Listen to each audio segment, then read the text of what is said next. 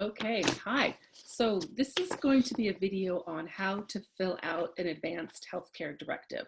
I've given you a link for the document that was created by Stanford University, and it should look something like this. And it is 12 pages long, and don't let the length fool you. It's actually quite easy to fill out. So the very first thing to do would be on page 1 at the very bottom, write in your name. I would put your entire legal name, your first name, middle name, last name. If you have any aliases that you go by, put that there as well.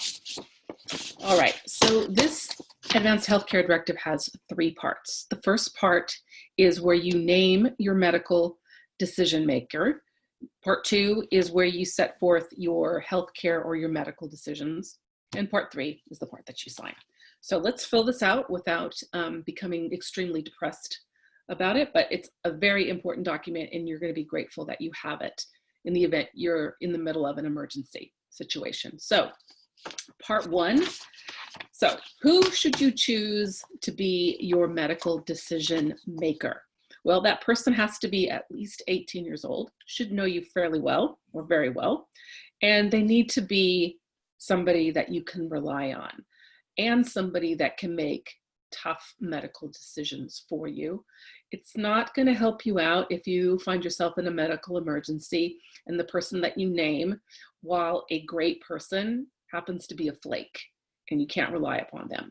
And also, when you do choose somebody to be your medical decision maker, make sure you tell them that you've selected them, because you're not doing yourself any favors by naming someone who then says when they're needed, yeah, I can't make those medical decisions for you, or I don't feel comfortable making those medical decisions for you. So give them a heads up and make sure that they're willing to take on that responsibility.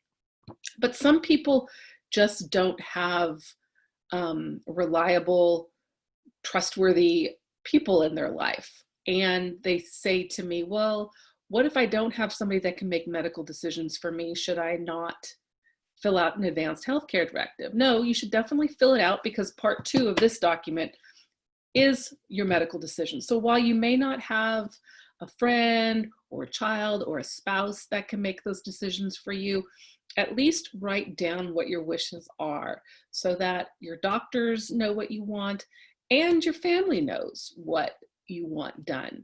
And they can then hopefully make the decision in conjunction with working with the doctor. All right, so what kind of decisions can your decision maker make for you? It's set forth on page 3. They can say yes or no to doctors, nurses, hospitals that you're admitted to, medications you take, tests that you're subjected to, treatments that you'll receive, and then also make end-of-life decisions for you. So part 1, actually this form on page 4 has really good definitions or examples of end-of-life decisions that somebody can make for you.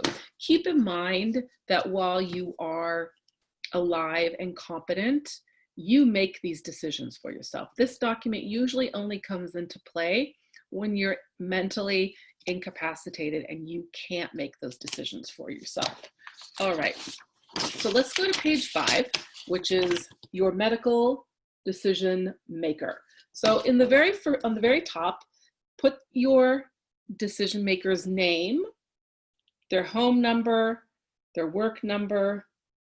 I'd put their cell number if I were you, their relationship to you, their street address, so that in case of an emergency, they have several ways of getting a hold of them. And while there isn't a line for this, I would put their email address, because most people don't check their mail on a regular basis, but they do check their email, they do check their phones.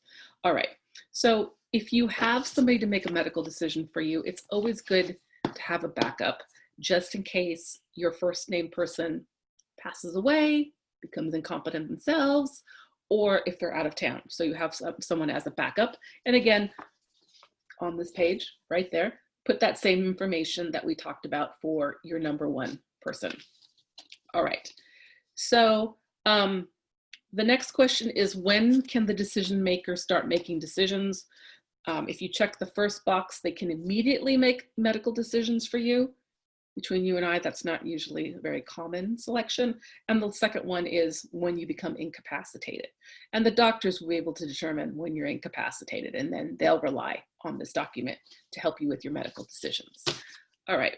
The last part of page 5, it talks about whether or not you want your decision maker to change any of your medical decisions based on the situation. So you give them a lot of flexibility.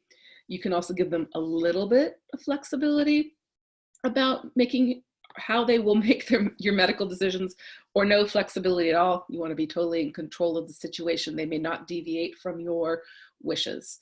To be honest, I don't know which of those 3 options is the best option. It's whatever option you feel the most comfortable with. That's the option that you choose. All right, so let's go to page 6, which is part 2. And this is where you set forth what your wishes and preferences are. So for example, on page 6, they give you about 7 options, and you can choose as many of these as you wish. And they deal with, my life is only worth living if I can talk to my family or friends, if I can wake up from a coma, if I can feed or bathe or take care of myself, be free from pain. It's really about what you consider quality of life for yourself.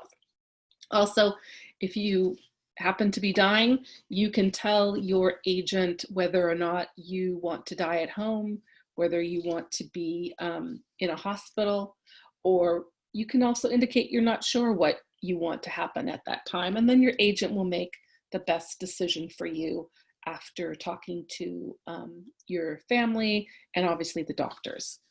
If you are a religious or spiritual person, for example, you can say, yes, I'm Catholic. And then the next question is, what should your doctors know about your religious or spiritual beliefs? So if you're Catholic, you could say, well, it's very important for me to receive my last rites. If you have any other spiritual beliefs, put them down here. That way your agent can see whether or not they have the time and the opportunity to make sure that your religious beliefs are followed. All right, so page number 7, which deals with life support treatments. That's probably a very important conversation to have with yourself. So if you are sick and you feel that you may die soon, you can indicate to your agent that you want to have all life support treatments that your doctors think that would be helpful. And you want to stay on the life support machine for as long as possible, even if you happen to be suffering or if it's not benefiting you. But you want to be left on life support. Perhaps you're praying for a miracle and believe that one will happen, and you want to be left on for a long period of time. The other one is you want life support treatments obviously to be started to see if they would help. If there is a chance that there's little hope of you getting better after receiving some of the treatment, you can indicate that you don't want to be left on life support. And if you are suffering, you definitely want the life support to stop. Or you can say, I don't want life support treatments and I want to focus on being comfortable, which is basically you want pain medication and hydration so that you aren't in any pain. And I prefer a natural death. Or you can indicate that your preference is that you want your agent to make that medical decision for you. And then at the bottom of page 7, after you've checked one of these boxes, don't check all of them because then it will be too confusing, but choose one of the 5 boxes, print your name at the bottom of the page again. Okay, so page 8 deals with organ donations. And you can check one of the 4 boxes that you want to make an organ donation. And you can be very specific as to which organs you do or do not want to donate. If you have a friend or family member that may be waiting for an organ donation at the time of your death, you can also indicate that you maybe want your particular organ to go to that particular person. Or if you don't want to make any organ donations, you check a box for that. or you want to give your decision maker the power to decide whether or not an organ donation is appropriate. Autopsies can be done after you've passed away. I feel people have very specific thoughts on that. Either a lot of people don't want an autopsy anyway. They feel that it's very invasive. They don't want their body to be cut open. But some people say, look, I want an autopsy. Some people may say that they want an autopsy in the event there's some questions surrounding their death. Again, you can let your decision maker have the authority to decide whether an autopsy is necessary. Or you can say you're not sure how you feel about it. And then there's a question about what should your doctors know about how you want your body to be treated after you die. Do you have any funeral or burial wishes? This is the provision where I would say, if you want to be cremated, I would put that right here on page 8 at the bottom. If you want your ashes to be scattered in a particular place, I would put that there. If you want your ashes buried with a loved one or placed in a niche at a particular cemetery, I would put that in that spot. If you do want to be buried, I would put that exact wording. I would like to be buried at Green Hill Cemetery or whatever cemetery you want to be buried at, just so that everybody knows that's what your wishes are. And if you have room, I know there's not a lot of space, but you could put, C, attachment. If you have a prepaid burial plan or a prepaid cremation plan, I would put that information in here too, especially if there's a contract number. I said contract number. So if it's, policy number, blah, blah, blah, put that in here. Or if you have a plan with a specific mortuary or Neptune Society, put their contact information here so they can get a hold of that company quickly and easily. All right, and then on page 9, it says, what other wishes are important to you? That's basically a free-for-all for if there's anything that you want your agent to know or to think about when making medical decisions for you, you can put that here. Obviously, the cremation and burial information that I just talked about, that can be here as well. Just whatever you think is important that you want your agent to know about you, or what you want your agent or decision maker to consider when making end of life or any other tough medical decisions for you. All right, so with regards to signing the form, you can have it notarized. If you are unable to get to a notary, you can have 2 witnesses witness you signing the will. So what that means is that you need to sign it with both witnesses present watching you sign the form. Your witnesses must be over the age of 18, and your witnesses cannot be one of your agents or decision makers that you've named in your Advanced Healthcare Directive. So if you can, get a neighbor, get a friend to come over and have them witness the signing of your will. And they will do that on page 11. So they sign their name, they date it, they print their first and last name, and you print their address. It's not necessary to put their phone number or their email address, but obviously they can if they want to. And once your witness signs the Advanced Healthcare Directive, the second witness, then your document is complete. And also make sure that you put your name right here, because it says, by signing, I promise that Christine Brown, for example, signed this form while I watched. He or she was clearly thinking, was not forced to sign it. So that's really important. And also I think I skipped this and I apologize.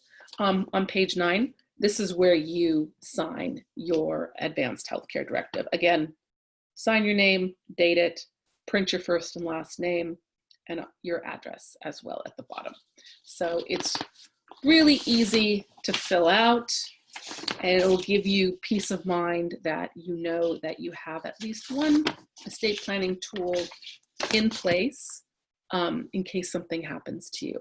And one more thing before I forget, if you are in a nursing home at the time you happen to sign this Advanced Healthcare Directive, if you'll see on page 12, you need an ombudsman to be present when you sign it. In fact, you cannot sign it unless they have reviewed the document with you and gone over